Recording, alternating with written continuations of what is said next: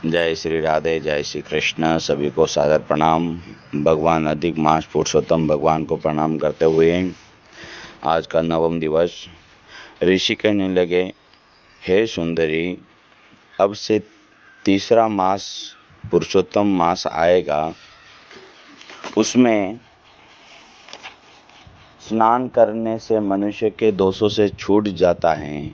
इसके तुल्य कार्तिक आदि कोई भी मास नहीं है। सब मास तथा पक्ष और भी जो पर्व हैं, पुरुषोत्तम मास की 16वीं कला के बराबर भी नहीं है।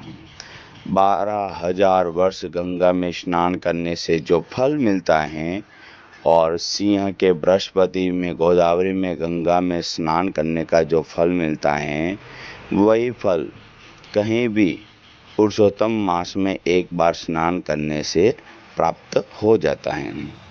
यह श्री कृष्ण का प्रिय मास है।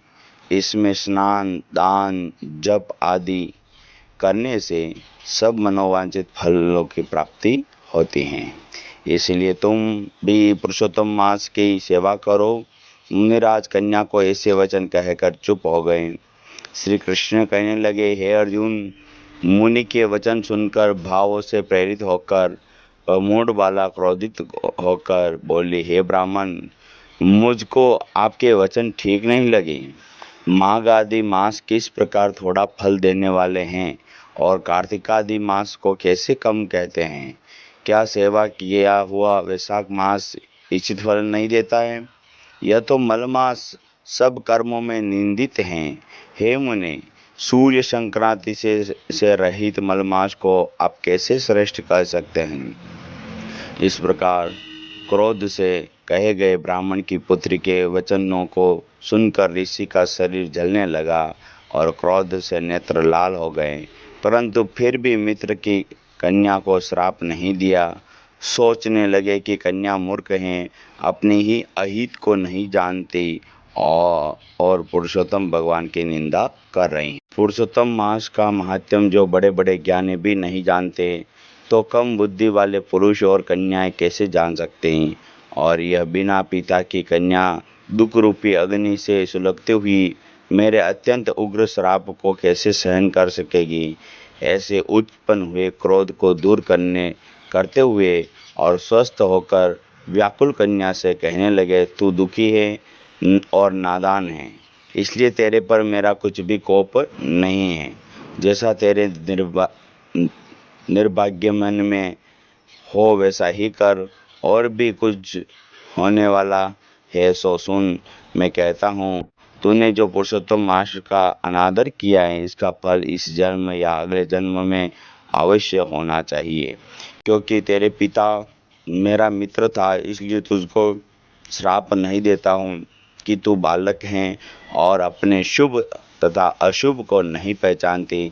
तेरा कल्याण हो, मैं तो नारायण की सेवा में जाता हूँ। श्री कृष्ण कहने लगे। ऐसा कहकर वह महाक्रोधी तपस्वी मुनि झटपट चलने लगे। उसी क्षण वह कन्या पुरुषोत्तम के प्रभाव से कांतिहीन हो गई। अपने मन में विचार करने लगी कि तत्काल फल देने वाला पार्वती पति श्री शंकर की आराधना करूंगी।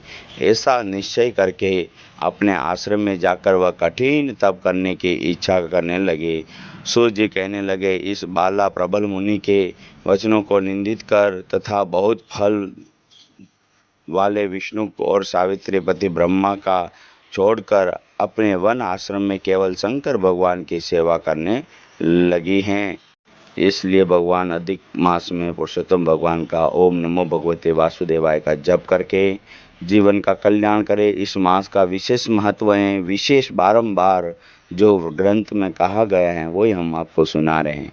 इसलिए आप सादर आदर पूर्वक इस अध्याय का श्रवण करें और भगवान यथाशक्ति अपने शक्ति सामर्थ्य के अनुसार दान, जप, तप, ब्राह्मण को दान, गाय को चारा या भगवान कृष्ण का स्मरण या तुलसी दल की सेवा करके अपने जीवन का कल्याण करें।